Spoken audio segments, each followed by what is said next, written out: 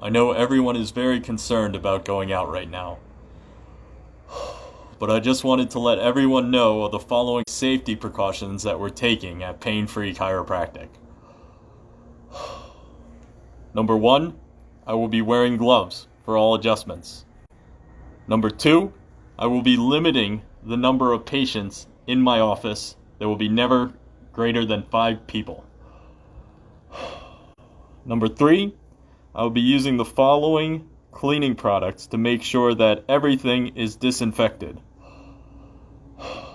And number 4, last but not least, I will be performing all adjustments in a mask.